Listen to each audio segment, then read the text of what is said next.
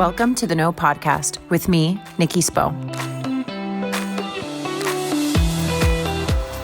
Hey, truth speakers. Happy New Year. Wow, 2022. The last couple of years have really flown by, but for me, they also seem like the slowest years.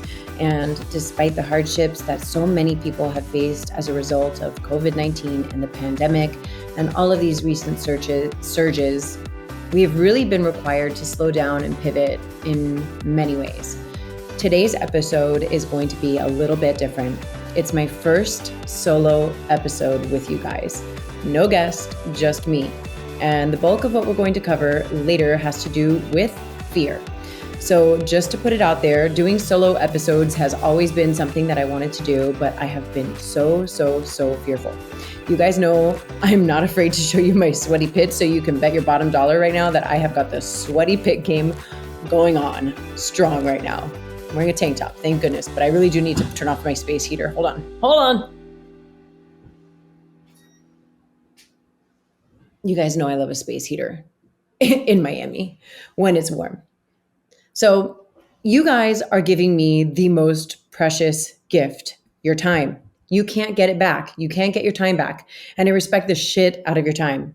That said, I have always wanted the No with Nikki Spo to be a place where women of all walks of life can feel a sense of community, understanding, and camaraderie. I want all of us to feel less alone in this crazy world as mothers, lovers, spouses, bosses, employees, entrepreneurs, pet moms, friends, women with diverse backgrounds and upbringings, and really as women, period, as human beings and ultimately as spirits, soul people. And maybe that's a little woo-woo for you, but I think you're here because you kind of like it. So I want all of us to come to a place of deep inner knowing with and for ourselves. I want to interview women who have overcome the big things or are experts in the big things. I want to learn, and I want you to learn along with me. So while I always wanted to have solo episodes, I've always kind of felt like, come on, Nikki, you don't know shit. And I've said it in my past episodes. I'm like, I don't know shit. But that's a lie that I've told myself. And I think that we've all told ourselves lies about who we are, about who we're not, what we can and can't do. And when I really took some time to think about it over the last few days, I realized that something I really do know a lot about is fear. So today we're talking about fear, and I'm going to share a little bit about my personal experience with fear. And here's the thing. We don't need to be experts to know things. I'm not a scientist or a doctor or a therapist, but I have done years of research on myself and on my own life experiences. And those life experiences do make me uniquely qualified to talk about such topics. I think fear and trust go hand in hand. Well, fear, and specifically a lack of trust. For me, I grew up with a general mistrust of people. I actually used to think I was born with it. I had a severe mistrust of men, even though my father and the other men in my early life and in my adulthood were all kind and caring people. But very, very early on, because of abuses that I've shared in previous episodes, like physical and sexual abuse as a young child, I learned that adults were not to be trusted or respected, which grew into my inability to trust God or the universe, mother, whatever you want to call it, which grew into my inability to trust myself. You may have your version of how you came to mistrust people, the universe, or yourself. From this mistrust, I began to fear everything. And okay, so I'm like not scared of lizards or even sharks, and I'm generally very adventurous. I am talking about a soul level fear of self. I was scared that I couldn't trust myself to accomplish, to succeed, to be good, to be worthy. Pause for a second. Have you ever felt that way? Can you identify a time or experience in your life where you felt that kind of fear? Just take a moment to consider that. So for a long time, into my adolescence and early childhood, this fear and mistrust became my subconscious's twin flame. It was so deeply ingrained in me that it governed all of my choices. And it was almost always the underlying motivation for whatever I was doing. And I didn't even realize it. So even good things that happened in my life were often fear driven. And somewhere along the line, my fear and my lack of self trust helped me to play small, to shrink myself to make other people more comfortable. And the more I did that, the more I hated myself. The more I hated myself for shrinking, the more poor choices I made. And then that became a vicious cycle. And maybe you have your own version of that story. I've spoken frequently, honestly, and openly about how choosing to abstain from alcohol consumption changed my life. And not everybody has to do that. That's fine. It's great, even. I will say that during that time, during the early days of the pandemic and my sobriety, I had to really sit down with myself and determine what was important to me, what brings me joy, and how I was going to rebuild the trust between me and me. I literally felt like I didn't even know who I was anymore, what I liked or who I liked. I didn't know Nikki. The thing is, like, everything snowballs. Fear, mistrust, pessimism, it all snowballs. But also belief, trust, optimism, and hope. Those things snowball too. I don't really believe in the concept of like the New Year's resolution. I think we have the power to choose to refresh, restart, and regroup whenever we want to. We can restart on a Wednesday at 7 p.m. We can make a choice to not binge out on junk food, even if we've quote unquote ruined the day with all the other poor eating choices we've already made. We can choose to be the change at any given moment. We can assess what feels good for us. And this is part of our intuition. That said, I do think that there is tremendous power in the new and in beginnings. And considering that we are now arriving here in a new year, in the beginning of a new year, I think we can go ahead and think about some positive changes we would like to make so we can begin to create the lives of our dreams one day at a time. There's no sense in assuming that we can make all or nothing decisions for the entirety of our lives. For me, I cannot say, I will never drink again, or I will never lose my temper again, or I will never eat fast food again. That will surely set myself up for failure. It's too overwhelming. I still struggle with the idea of not having champagne to celebrate lifetime milestones, or looking forward to binging on pizza and wings after finishing a cleanse.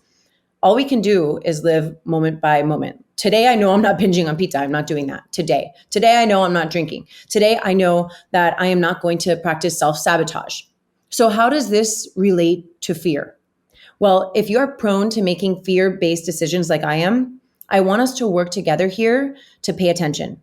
Let's not try to eradicate fear from our lives. It's never going to go away, just like love. These things will never leave.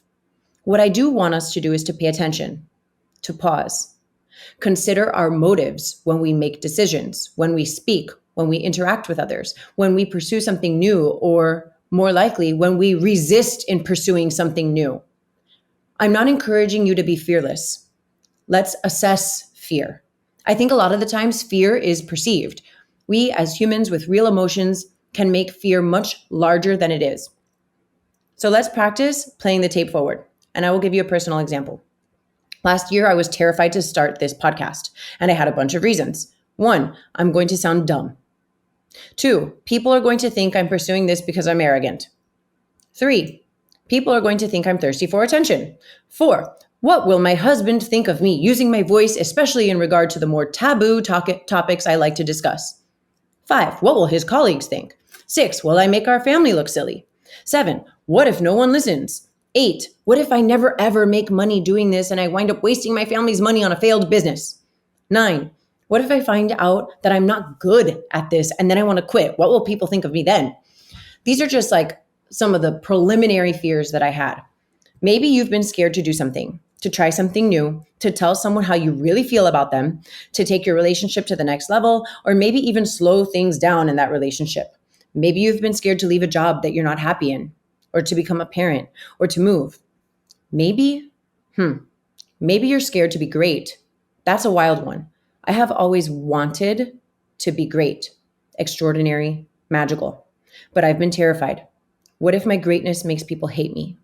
No. I'd better stay small and be safe and make everyone comfortable.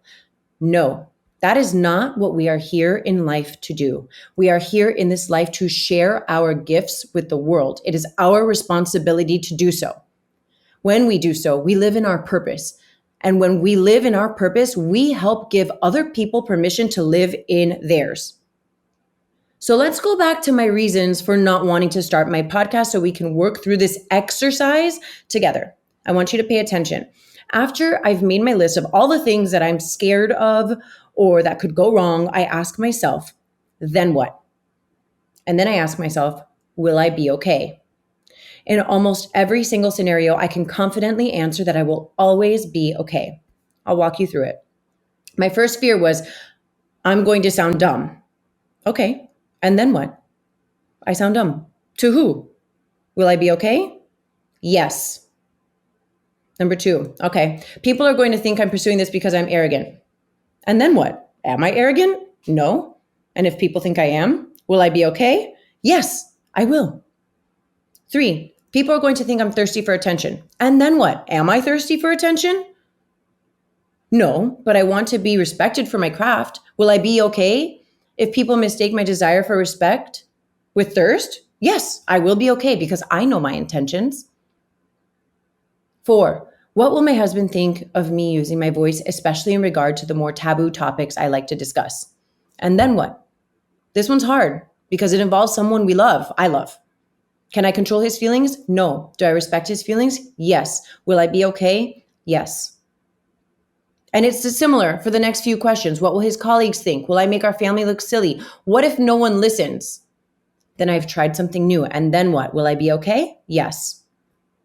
What if I never ever make money doing this and I wind up wasting my family's money on a failed business? Again, then I've stepped outside of my comfort zone. And then what? Will my family be okay? Yes.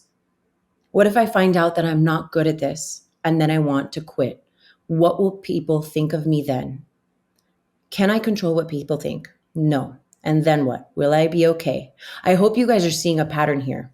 In almost every single scenario, I find that I can only control what I can control. I cannot control others. And more often than not, I will always be okay. And I want this for you. I want you to go into the world, and when you are feeling fearful about pursuing something new, I want you to think about, will you be okay if it doesn't work out or if you don't get the response that you want? For me, it has been more important to speak my truth and to help others speak theirs than to play small. In either scenario, I experience fear and risk embarrassment. The thing about not living in your truth and not pursuing your desires, you not only experience fear and risk embarrassment, but we also experience regret and that nagging question, what if? I do not want my life to be a what if. And if you're listening to my show, I get the sense that you are the type of person that does not want their life to be a what if either. So together, in this new year, one day at a time and one moment at a time, I want to encourage you to assess your fear so you can release it, so that you can begin a healthier and more trustworthy relationship with yourself, so that when you go out into the world and you live your life, you can do so with confidence and trust in who you are as a spirit. I love you, my truth speakers. I hope you come back for more of the know, because it's simple. If you know, and that's why you're here.